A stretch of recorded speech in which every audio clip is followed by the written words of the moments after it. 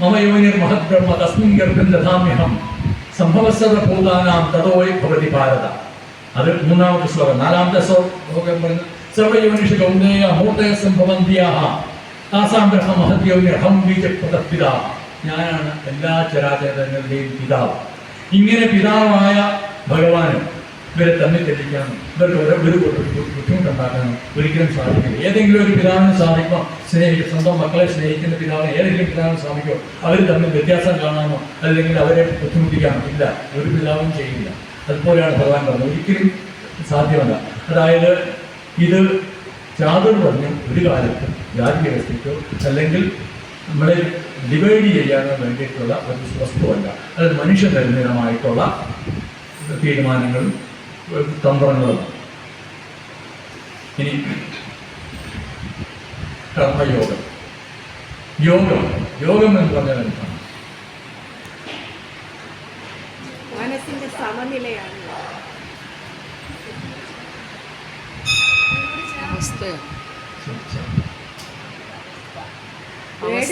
കൂടിച്ചേരൽ ഭഗവത്ഗീതയിൽ പറയുന്ന മനസ്സിന്റെ സമനിലയാണ് അവസ്ഥ. ആത്മാവും പരമാത്മാവും തമ്മിലുള്ള ബന്ധം അതാണ്. ആത്മാവും പരമാത്മാവും തമ്മിൽ എപ്പോഴും ചിന്തിക്കാം. നമ്മുടെ മനസ്സിൽ രാഗദ്വേഷങ്ങൾ പാടില്ല. നമ്മുടെ രാഗദ്വേഷങ്ങൾക്ക് വശമുതരാകരുത്. ഒരു തരത്തിലും രാഗദ്വേഷങ്ങൾക്ക് നമ്മൾ രാഗദ്വേഷങ്ങൾക്ക് വശമുതരാകാതെ കൃഷ്ണാവബോധത്തോടുകൂടി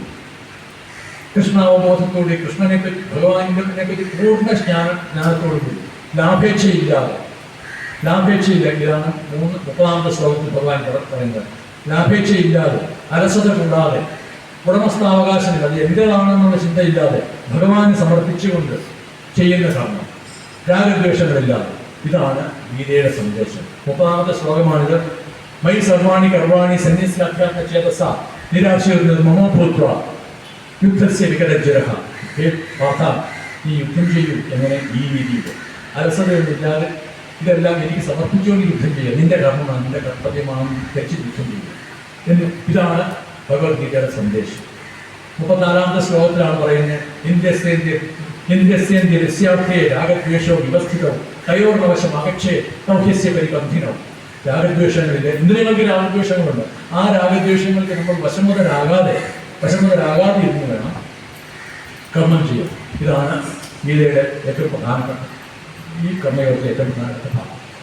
ഇനി ആദ്യത്തെ ശ്ലോകത്തിൽ ഭഗവാൻ പറയുന്നു, അർജുനൻ പറയുന്നു, ഭഗവാനെ, ജ്ഞാനയോഗമാണ് ശ്രേഷ്ഠമെന്ന് അങ്ങക്ക് തോന്നുന്നുണ്ടെങ്കിൽ എന്തിനാണ് എന്നെ ഈ ഘോരകർമ്മത്തിന്, അതായത് യുദ്ധത്തിന് എന്തിനാണ് എന്നെ തള്ളിവിടുന്നത് എന്ന് ചോദിക്കുന്നു. ഭഗവാൻ പറയുന്നു, 2 തരം യോഗങ്ങളുണ്ട്, ജ്ഞാനയോഗവും കർമ്മയോഗവും അല്ലെങ്കിൽ സാഖ്യയോഗം. ലോകേസ്മിൻ ദ്വിവിധാനിഷ്ഠ പുരാപ്രോക്ത മയാനഹ ജ്ഞാനയോഗേന സാഖ്യാനാം കർമ്മയോഗേന യോഗേന. കർമ്മയോഗമാണ്.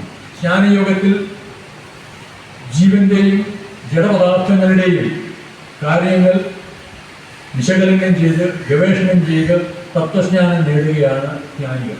എന്നാൽ കർമ്മയോഗത്തിൽ യോഗികൾ കർമ്മം ചെയ്യുകയാണ്. കർമ്മം ചെയ്യുമ്പോൾ അത് നേരത്തെ പറഞ്ഞ കൃഷ്ണാവബോധത്തോടുകൂടി കർമ്മം ചെയ്യുമ്പോൾ അത് ജ്ഞാനത്തിനേക്കാൾ കൂടുതലാണ്. ജ്ഞാനികളും കർമ്മം ചെയ്തേ പറ്റുള്ളൂ. ജ്ഞാനം ലഭിക്കുവാൻ നീ കർമ്മം ചെയ്തേ പറ്റുള്ളൂ. ചെയ്യണം, കർമ്മം ചെയ്യാണ്ട് പറ്റില്ല. എല്ലാവരും കർമ്മം ചെയ്തേ പറ്റൂ. എല്ലാ ക്ഷണവും കർമ്മം ചെയ്തുകൊണ്ടിരിക്കും. നൈകക്ഷിക്ഷണം ജാതിഷ്ഠത്തെ കർമ്മം കാര്യതേ ഹവശകർമ്മ സർവപ്രകൃതിജായമായി. പ്രകൃതിയിലുള്ള എല്ലാ ജീവജാലങ്ങളും കർമ്മം ചെയ്യണം. പ്രകൃതിദത്തമായ കർമ്മങ്ങൾ നീ ചെയ്തേ പറ്റൂ, ചെയ്തുകൊണ്ടിരിക്കണം. അത് ചെയ്യാതിരുന്നാൽ പ്രകൃതി നിന്നെ കൊണ്ട് നിർബന്ധമായിട്ടും ചെയ്യിക്കും. 18ാമത്തെ അധ്യായത്തിൽ 59ാമത്തെ ശ്ലോകത്തിൽ ഭഗവാൻ പറയുന്നു, യദഹങ്കാരം ആശ്രിത്യ ന യോത്സ ഇതി മന്യസേ മിഥ്യേഷ വ്യവസായസ്ഥേ പ്രകൃതിസ്ത്വാ നിയോക്ഷൻ.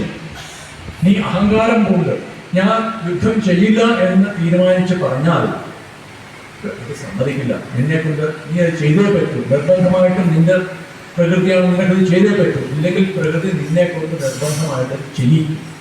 ഇതാണ് ഭഗവാൻ പറയുന്നത്. അതുകൊണ്ട് കർമ്മങ്ങൾ നമ്മൾ ചെയ്തേ പറ്റൂ. കർമ്മമാണോ സന്യാസമാണോ പ്രധാനം എന്ന് 5ാമത്തെ അധ്യായത്തിൽ ഭഗവാനോട് ആദ്യത്തെ ശ്ലോകത്തിൽ അർജുനൻ ചോദിക്കുമ്പോൾ ഭഗവാൻ പറയുന്നു, സന്യാസകർമ്മ യോഗശ്ച നിശ്രേയസകരാവുമ്പോൾ ദൈവസ്ഥ കർമ്മ സന്യാസ കർമ്മയോഗവും വിശിഷ്യം. സന്യാസവും കർമ്മയോഗവും രണ്ടും ശ്രേയസ്കരമാണ്. എന്നാൽ ഭക്തിയുതമായ കർമ്മം ത്യാഗസന്യാസത്തെക്കാൾ ശ്രേഷ്ഠമാണ്. നമ്മൾ ചെയ്യുന്ന കർമ്മങ്ങൾ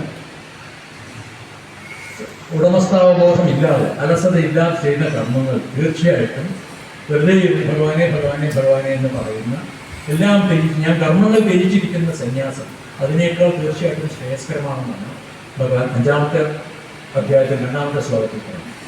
ഈ ശ്ലോകത്തിന്റെ അർത്ഥം യജ്ഞാർത്ഥാത് കർമ്മണോന്യത്ര ലോകോയം കർമ്മബന്ധന തദർത്ഥം കർമ്മ കൗന്ദേയ മുക്തസംഘ സമാചര. ഈശ്വരാരാധനയായി ചെയ്യുന്ന കർമ്മങ്ങൾ ഒഴികെ, ഈശ്വരാരാധനയ്ക്ക് വേണ്ടി ചെയ്യുന്ന കർമ്മങ്ങൾ ഒഴികെ ബാക്കി എല്ലാ കർമ്മങ്ങളും ബന്ധനങ്ങളാണ്. ഈ ഭൂമിയിലെ ബന്ധനങ്ങളാണ്. ഇത് ഇല്ലാതിരിക്കാൻ നേരത്തെ പറഞ്ഞ പോലെ ഭഗവാൻ സമർപ്പിച്ചുകൊണ്ട്, ചെറിയ കർമ്മങ്ങൾ പോലും ഭഗവാനെ സമർപ്പിച്ചുകൊണ്ട് ചെയ്യുകയാണെങ്കിൽ അത് ബന്ധനങ്ങളാകും. ബാക്കിയെല്ലാം ബന്ധനങ്ങളാകും. അതാണ് ആ ശ്ലോകത്തിന്റെ അർത്ഥം. ഇനി നമുക്ക് എല്ലാവർക്കും അന്നം ആവശ്യമാണ്, ആഹാരം ആവശ്യമാണ്. എല്ലാ ജീവജാലങ്ങൾക്കും വേണ്ടതാണ് ആഹാരം. അത് എല്ലാവർക്കും ഈ പ്രകൃതിയിലുള്ള, ഈ ഭൂമിയിലുള്ള എല്ലാവർക്കും ഉള്ള ആഹാരം ഈ ഭൂമിയിൽ തന്നെയുണ്ട്. നമുക്ക് മനുഷ്യർക്കുമുണ്ട്. നമ്മളാരും മാർസിലും ജൂപ്പിറ്ററിലും ഒന്നും പോകുന്നില്ല. നമ്മുടെ ആഹാരം കഴിക്കാനുണ്ട്. ഇതെല്ലാം ഇവിടെ തന്നെ ഉണ്ട്. നമുക്ക് മനുഷ്യനെ സംബന്ധിച്ചിടത്തോളം മനുഷ്യൻ സസ്യാഹാരിയാണെന്നുള്ളതാണ് വിട്ട്. അല്ലാതെ കഴിക്കുന്നുണ്ടോ വേറെ സസ്യാഹാരിയാണ്. നമ്മൾ അന്നമാണ് കഴിക്കുന്നത്. ലോകത്ത് സസ്യഭുക്കുകളും മാംസഭുക്കുകളുമുണ്ട്. മാംസഭുക്കുകൾ ഏതെങ്കിലും ഒരു ജീവിയെ ഹിംസിച്ച് അതിൻ്റെ മാംസം എടുത്താണ് കഴിക്കുന്നത്. ആ മാംസം എവിടെ നിന്നുണ്ടായി? അത് വീണ്ടും സസ്യങ്ങളിൽ നിന്നാണ് ഉണ്ടാകുന്നത്. അപ്പം എല്ലാ ജീവജാലങ്ങൾക്കും വേണ്ടതാണ്, ഡയറക്റ്റായിട്ടും ഇൻഡയറക്റ്റായിട്ടും വേണ്ടതാണ് സസ്യങ്ങൾ. സസ്യങ്ങൾ എങ്ങനെ ഉണ്ടാകുന്നു? മഴയിൽ നിന്നുണ്ടാകുന്നു. അന്നാദ്ഭവന്തി ഭൂതാനി പർജന്യാദല്ല സംഭവ യജ്ഞാദ്ഭവതി പർജന്യോ യജ്ഞകർമ്മ സമുദ്ഭവ. പർജന്യോ യജ്ഞത്തിൽ നിന്നാണ് മഴയുണ്ടാകുന്നത്. സോമയാഗ യജ്ഞമൊക്കെ കഴിച്ചു കഴിയുമ്പോൾ മഴയുണ്ടാവുന്നത് യജ്ഞത്തിൽ നിന്നാണ് മഴയുണ്ടാകുന്നത്. യജ്ഞം എങ്ങനെ ഉണ്ടാകുന്നു? കർമ്മത്തിൽ നിന്നാണ്. സന്യാസികളുടെ കർമ്മത്തിൽ നിന്നാണ് യജ്ഞം ഉണ്ടാകുന്നത്. യജ്ഞാദ്ഭവതി പർജന്യോ യജ്ഞകർമ്മ സമുദ്ഭവ അന്നാദ്ഭവന്തി ഭൂതാനി പർജന്യാദന സംഭവ യജ്ഞാദ്ഭവതി പർജന്യോ യജ്ഞകർമ്മ സമുദ്ഭവ.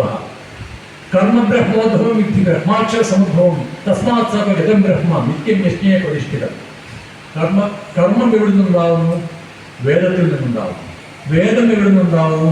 ബ്രഹ്മത്തിൽ നിന്ന്. ബ്രഹ്മം എന്ന് പറഞ്ഞാൽ ഈശ്വരൻ. ഈശ്വരനിൽ നിന്നുണ്ടാകുന്നു. 4 വേദങ്ങളും ഈശ്വരന്റെ ശ്വാസത്തിൽ നിന്നാണ് ഉണ്ടായതെന്നാണ് പറയുന്നത്. അപ്പൊ ഇങ്ങനെ ഈശ്വരന്റെ ശ്വാസത്തിൽ നിന്നുണ്ടായ വേദങ്ങൾ, ആ വേദത്തിൽ നിന്ന് കർമ്മങ്ങളുണ്ടാകുന്നു. കർമ്മത്തിൽ നിന്ന് യജ്ഞമുണ്ടാകുന്നു. യജ്ഞത്തിൽ നിന്ന് മഴയുണ്ടാകുന്നു. മഴയിൽ നിന്ന് അന്നമുണ്ടാകുന്നു. അതായത് ഈ സകലചരാചരങ്ങൾക്കും വേണ്ട ആഹാരം ഭഗവാൻ കൊടുക്കും. ഈശ്വരനുമായിട്ട് കണക്റ്റഡാണ്. ഈശ്വരൻ എല്ലാ ചരാചരങ്ങൾക്കുള്ള ആഹാരം കൊടുക്കുന്നു. അതാണ് പറഞ്ഞ മയാധ്യക്ഷനെ പരിധി സൂര്യദേശ ചരാചരം ഏതു നാനേന കൗന്ദേയ ജഗത്തിൽ പരിവർത്തെ. ഞാനാണ് ഇതെല്ലാം പരിപാലിക്കുന്നത്. എല്ലാം പരിപാലിക്കുന്നത്, എല്ലാത്തിൻ്റെ ഉത്തരവാദി ഞാനാണ്. അതാണ് ഭഗവാൻ. ഇത് കഴിഞ്ഞാൽ അതുകൊണ്ട് നിങ്ങൾക്ക് തസ്മാവസക്ത സതതം കാര്യം കർമ്മ സമാചര അസക്തോ ഹി അചരം കർമ്മ പരമാത്മത്തി പുരുഷര. നിങ്ങൾ ചെയ്യേണ്ട കാര്യം കൃഷ്ണാവബോധത്തോട് ചെയ്യുക. നിങ്ങൾക്ക് പരമപദം ലഭിക്കും. എല്ലാ പുരുഷന്മാർക്കും പരമപദം ലഭിക്കും. ഇതാണ് ഭഗവാൻ.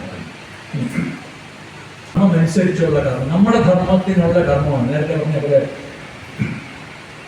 ശ്രേയാൻ സ്വധർമ്മോ വിഗുണ പരധർമാ സനിഷ്ഠിത സ്വധർമ്മേ നിധനം ശ്രേയ പരധർമ്മോ ഭയാവഹ. സ്വധർമ്മം ഇപ്പൊ ബ്രാഹ്മണന്റെ കർമ്മമാണ് പൂജ ചെയ്യുക. ബ്രാഹ്മണൻ പൂജ ചെയ്യണം.